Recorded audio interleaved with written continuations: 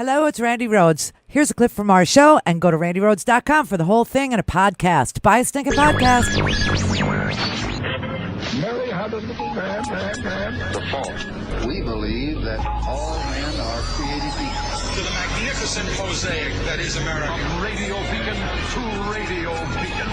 I have a dream today. Change has come to America. Believe me. Knock, knock. Who's there? It's a figment of your imagination. Randi Rhodes Show. Turn up your mind.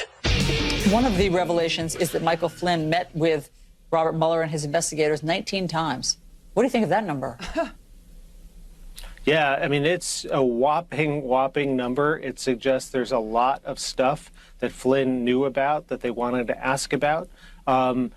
Past that, we can't really tell. I mean, we're all in the realm of speculation, but at this point, I think it's fair to say if I'm Donald Trump and I read what I read yesterday and last week read what I read by Michael Cohen, I think the technical legal term for where I'd be right now is freaking out.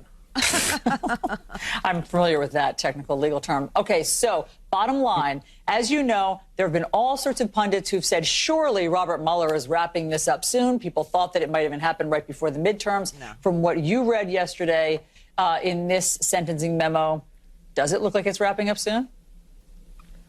Not at all. It looks like there's a lot of ongoing stuff, stuff we don't know about. And then, of course, you have to add to that the fact that even if Mueller thought some pieces of this were going to wrap up, he was dealt a setback last week when he realized that Paul Manafort, who was supposedly cooperating with him, was A, lying to him, and B, passing everything over to the Trump team in derogation of standard criminal practice. And so that's going to delay things too. And so, when the president's defenders say, oh, Mueller's taking too long and so on, well, one reason Mueller's taking so long is that everyone seems to be lying to him who's in the Trump orbit. It's just so sick. So the reason why this is going on so long is because the Trump orbit is a bunch of liars. All right.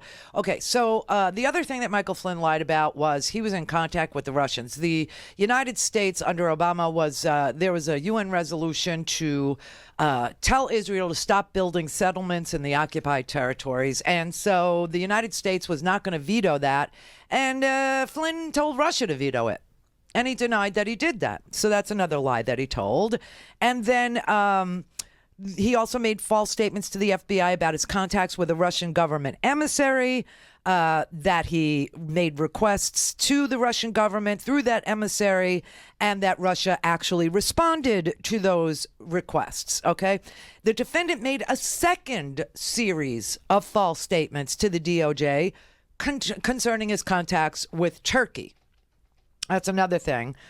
You remember Michael Flynn wrote an op-ed. I don't know if you can remember that, but he wrote an op-ed in I forget what newspaper. I don't even know if it was a newspaper or if it was The Hill. I think it was The Hill. And Michael Flynn was saying that this Turkish cleric that lives in another U.S. resident. Let's just put it that way. Like Khashoggi was a U.S. resident, right? And Erdogan in Turkey wanted this cleric, Gulen, I believe his name was, he wanted him extradited so that he could punish him because Erdogan was a victim of an attempted coup in Turkey. And Erdogan believed that this cleric in the United States was responsible for this attempted coup. And he wanted to kill him, basically, bring him back to Turkey. Okay? And Flynn was involved in doing that. Flynn wrote an op-ed saying that this cleric had to go and that we should extradite him. Seriously. And that this cleric, Gulen, was responsible for this attempted coup. And when people asked him about this and when he filled out his, security clearance applications, he said that he had written this op-ed on his own initiative, and it became clear that he did it because he was being paid like $430,000 by Turkey to do it. And so that's another lie he told. And this lie was to effectuate the removal of a legally situated resident in the United States. So Flynn was advocating for the kidnapping, basically, of a U.S. resident to Turkey so he could be jailed and or killed, same as Khashoggi, okay, except Saudi, right? So this is what Flynn's world looked like. And so they say that because he served 33 years in the military, 5 years of combat duty, Mueller actually says, you know, he led the Defense Intelligence Agency. He doesn't say he was fired from that position by Obama because it was obvious that this man was always sabotaging the interests of the United States in favor of making a few shekels, right? And so he said, that he deserves credit for acting responsibly in a timely fashion and substantially assisting the government. He says, as described in the addendum, shortly after the SCO, which is the special counsel's office, reached out to the defendant to seek his cooperation, the defendant accepted responsibility for his unlawful conduct and began cooperating with the government.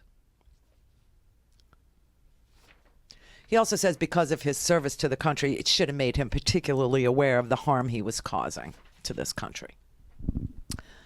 But here's the assistance he provided. Here is the addendum. Now, you've seen, I'm sure, on Twitter and on the TV last night, that a lot of it looks like this.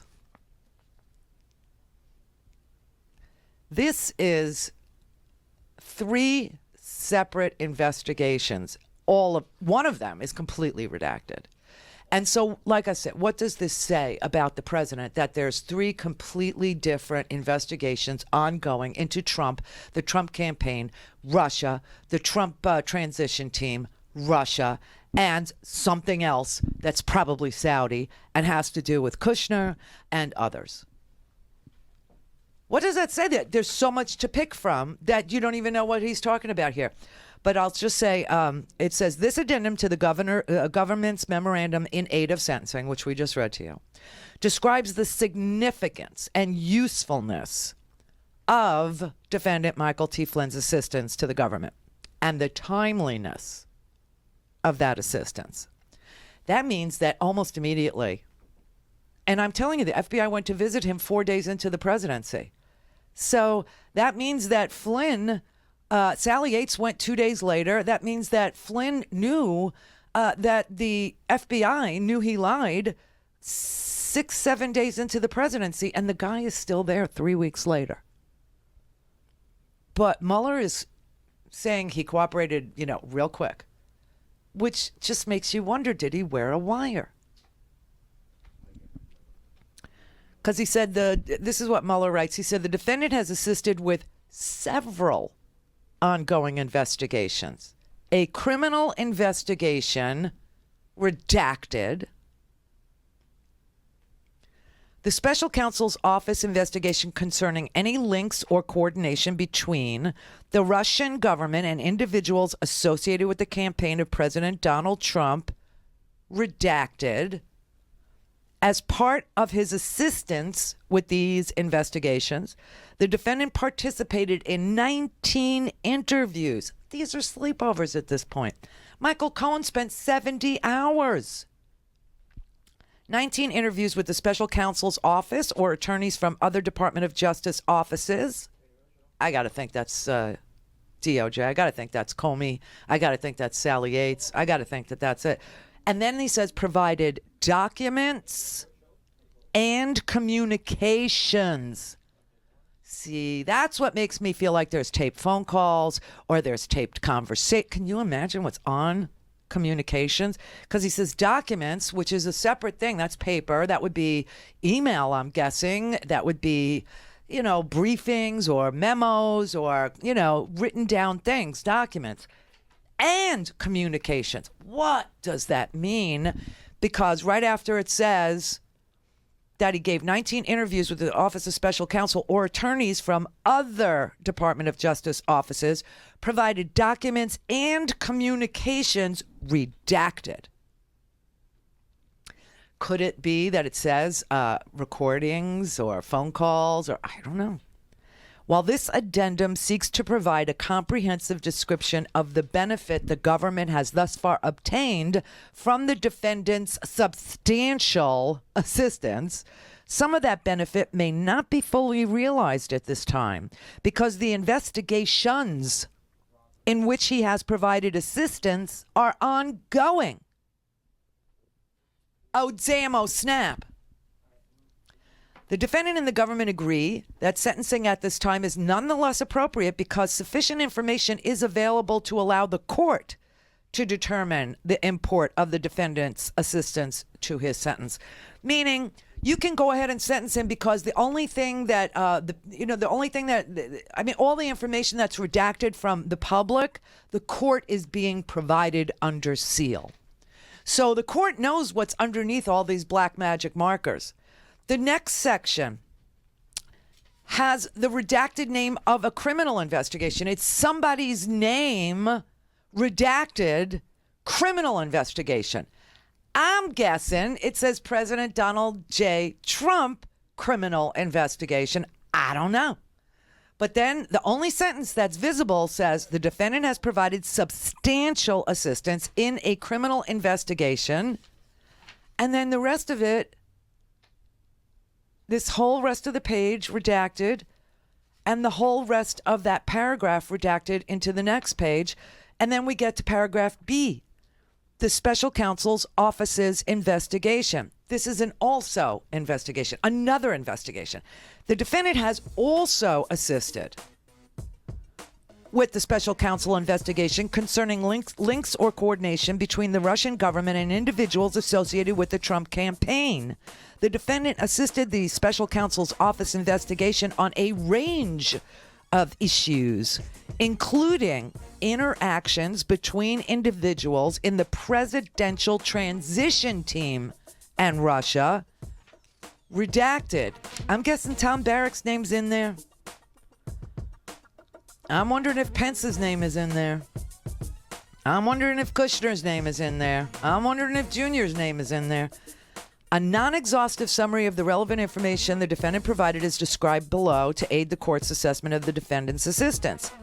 It says the defendant provided firsthand information about the content and context of interactions between the transition team and Russian officials. I wonder if that's Sessions also. For example, after the election, the defendant communicated with the Russian ambassador to the United States as a representative of the transition team on two sensitive matters: the UN Security Council vote on a resolution calling for Israel to cease settlement activities in the Palestinian territory, and the Obama administration's imposition of sanctions and other members on Russia for interfering in the 2016 election. Several senior members of the transition team publicly repeated false information conveyed to them by the defendant about communications between him and the Russian ambassador regarding sanctions.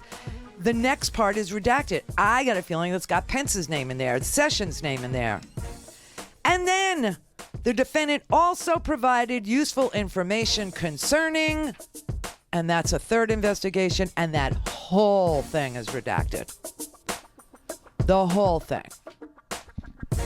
So there's 3 separate investigations, all involving Russia. Go to RandiRhodes.com for the whole thing and a podcast. Buy a stinking podcast.